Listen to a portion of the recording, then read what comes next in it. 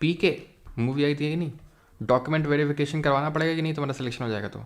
हाँ, और नहीं सिलेक्शन होगा तो फिर एमआर की पोस्ट में कहीं ज्वाइन करोगे प्राइवेट कंपनी में कि नहीं करोगे तुम, और फिर बिगड़ी फूकोगे तुम बैठ के कहीं पे, अगर मान लो वो भी नहीं हुआ तो। लेकिन पता है, लोड मत लिया करो। हैं, मैंने क्या बोला? ये क्या है? पी, ये है पिंडर रिवर, ये है धौली गंगा, ये है मंदाकिनी। तो पी के से क्या है? कर्णप्रयाग, कर्णप्रयाग, ठीक है। ये है विष्णुप्रयाग, ये है रुद्रप्रयाग, ये है क्या? Devprayag. So hello everyone, good afternoon to all, and चलिए स्टार्ट करते हैं आज का लेक्चर। चलो, तो गंगा रिवर सिस्टम पढ़ते हैं। गंगा रिवर सिस्टम किस तरह से बनता है वो देखते हैं। सबसे पहले बहुत छोटी छोटी नदियाँ होती हैं। बद्रीनाथ से एक रिवर निकलती है अलकनंदा, यहाँ पे ग्लेशियर पड़ता है, ध्यान रखना, सातोपंथ या सतोपंथ, सतोपंथ ग्लेशियर पड़ता है, सातोपंथ ग्लेशियर, अलकनंदा निकलती है बद्रीनाथ जगह से, ठीक है। अब अलकनंदा की सब पीछे पड़ जाती हैं, सब पीछे पड़ जाती है। मंदाकिनी पीछे पड़ी हुई है, नंदाकिनी पीछे पड़ी हुई है, पिंडर पीछे पड़ी हुई है, भागीरथी पीछे पड़ी हुई है, औरा है, औरा फार्मिंग क्यों।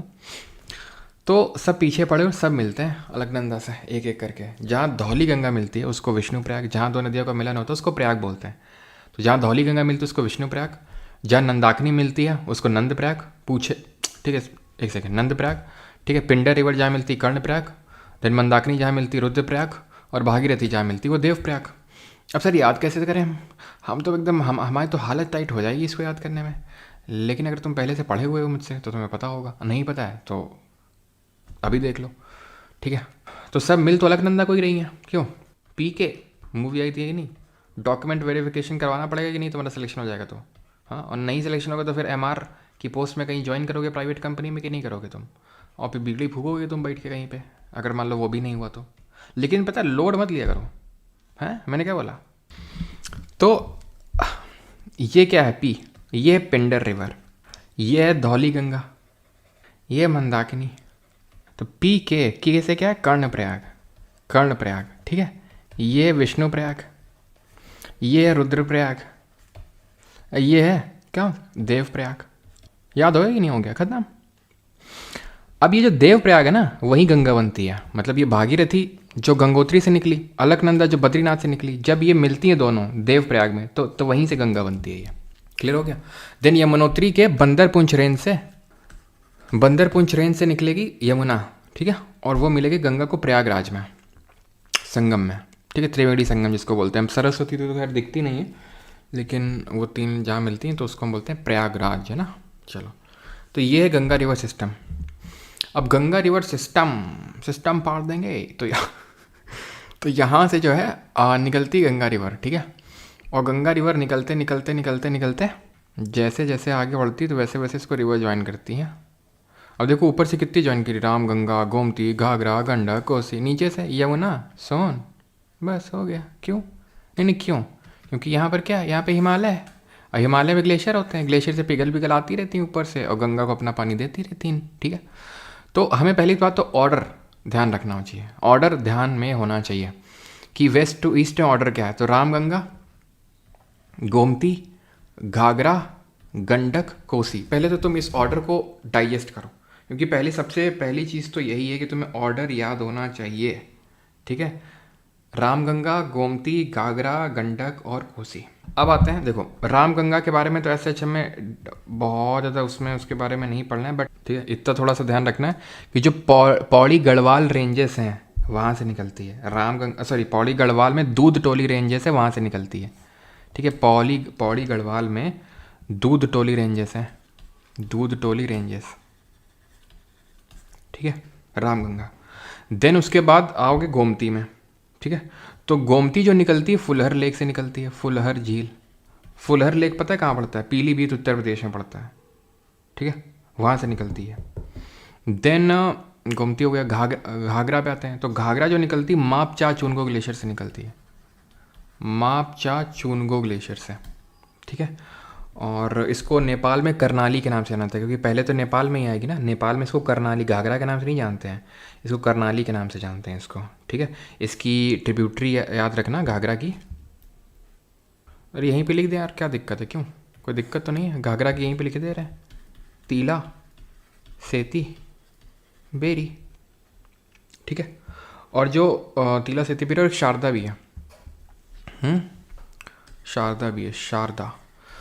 The world is here, where are you, क्यों शारदा यूनिवर्सिटी आईआईटी में हूँ मैं, ऐसे बोलते हैं द वर्ल्ड इज हेयर, पूरा दुनिया शारदा यूनिवर्सिटी में पढ़ रहा है, शारदा।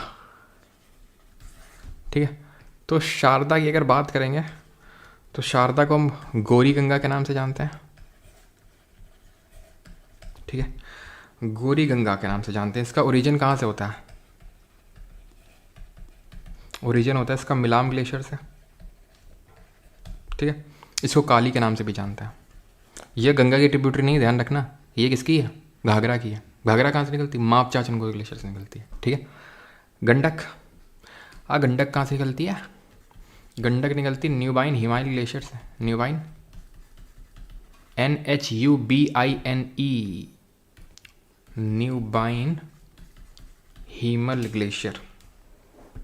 ओके, नेपाल में। कोसी की अगर बात करेंगे तो कोसी जो है अरुण कोसी और सप्त कोसी दो से मिलकर बनी हुई है। अरुण कोसी और अरुण कोसी, सन कोसी और तामुर कोसी, तीन से मिलकर बनी। उसको सौरव ऑफ बिहार के नाम से जानते हैं। बिहार का सौरव है ये, सौरव ऑफ बिहार। ठीक है, अब गंगा रिवर आई, रुक जाओ। यहाँ से यमुना को लाओ, नीचे से यमुना को लाओ और प्रयागराज में ला दो। अब यमुना की देख रहे हो कितनी दबादब ट्रिब्यूटरीज हैं? चंबल, सिंध, बेतवा, केन। फिर से रिपीट करो, चंबल, सिंध, बेतवा, केन, चंबल, सिंध, बेतवा, केन, चंबल, सिंध, बेतवा, केन। याद हो गया तुम्हें? चंबल, सिंध, बेतवा, केन। ठीक है, ऑर्डर में। अब कौन कहाँ से निकलती है? देखो, चंबल जो निकलती, चंबल निकलती मऊ प्लेट्यू से। चंबल कहाँ से निकलती है? मऊ प्लेट्यू। कहाँ पड़ता है? मध्य प्रदेश पड़ता है। ठीक है सर, निकल आई। ओके, ठीक है, समझ में आता है, बिल्कुल बात समझ में आती है। सिंध, बेतवा, केन का नहीं याद करना है। चंबल यमुना की सबसे लंबी ट्रिब्यूटरी है। यमुना गंगा की सबसे लंबी ट्रिब्यूटरी है। ठीक है, और चंबल की ट्रिब्यूटरीज कौन कौन सी हैं? बानस है, ऊपर से ज्वाइन करती है, जो अरावली से निकलती है, ध्यान रखना, ये अरावली रेंजेस से निकलती है। ओके, देन नीचे से अगर आप देखोगे तो काली सिंध है, पार्वती है, काली सिंध, पार्वती और छिप्रा। छिप्रा की बैंक्स पे उज्जैन सिटी लोकेटेड है, महाकाल की धरती जिसको बोलते हैं। ठीक है, चंबल की अगर बात करेंगे मऊ प्लेट्यू से तो निकलती, साथ ही साथ ये अपना गली इरोजन परफॉर्म करने के लिए जानी जाती है। और गली इरोजन परफॉर्म करके ये क्या क्रिएट कर देती है? Badland topography. ठीक है, which is unfit for cultivation, उस पर कल्टिवेशन नहीं की जा सकती है फिर। ओके, तो गली इरोजन से रवाइन क्रिएट होता है और रवाइन ही बन जाते हैं बैडलैंड टोपोग्राफी।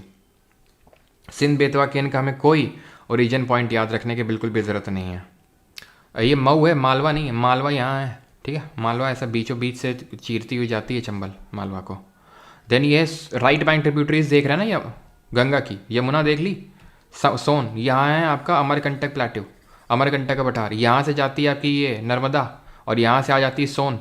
तो किस तरह का ड्रेनेज पैटर्न दिखाती है जरा बताओ कमेंट में, थोड़ी देर पहले बताया था। तो सोन इस तरह से जाएगी और ज्वाइन कर लेगी यहाँ पर पटना के पास में, बिहार में पटना के पास में ज्वाइन कर लेगी। ठीक है, सोन की ट्रिब्यूटरी है रिहांद, सोन की ट्रिब्यूटरी है रिहांद। और कोयल, कोयल दो हैं, ये नॉर्थ कोयल और एक है साउथ कोयल। साउथ कोयल नीचे जाती है, ये नॉर्थ कोयल है, नॉर्थ कोयल है। अच्छा, अब गंगा यहाँ आई, फरक्का जगह पड़ती है वेस्ट बंगाल में, ध्यान रखना क्या बता रहे हैं, फरक्का जगह पड़ती है वेस्ट बंगाल में। वहाँ पर क्या हुआ, गंगा डिस्ट्रीब्यूट हो गई, आगे चली गई अपना बांग्लादेश में, और कुछ पानी अपना छोड़ गई यहाँ पर ये वेस्ट बंगाल के लोगों को। लो तुम भी, नहीं लो तुम भी, लोग क्या याद रखोगे।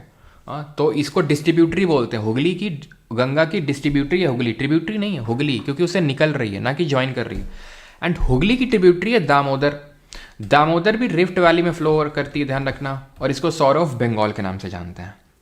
एंड इस पर्टिकुलर यहाँ पर क्या हुआ, बैराज बनाया गया भारत के द्वारा, तो बांग्लादेश को इससे थोड़ी सी चिड़ मची। तो फिर एक एग्रीमेंट हुआ, फरक्का एग्रीमेंट 1996 में, 1996 में। ओके, फरक्का एग्रीमेंट हुआ।